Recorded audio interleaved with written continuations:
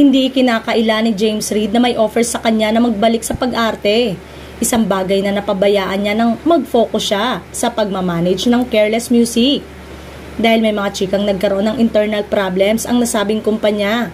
Umugong ang espekulasyong desidido na raw mismo ang aktor na bumalik sa limelight.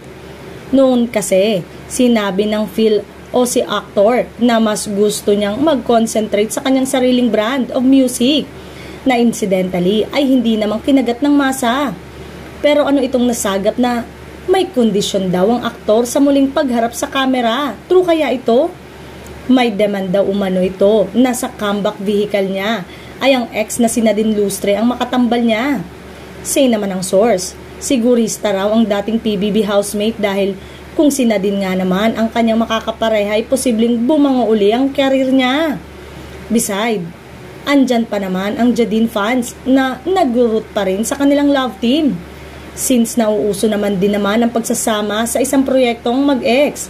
Sampalataya naman ang ilang showbiz insider na tatangkilikin ang balik-tambalan ng Jadine with the right project. After all, nakapag-establish na rin naman sila ng fanbase na kung pwede pa rin pumalo sa millennials.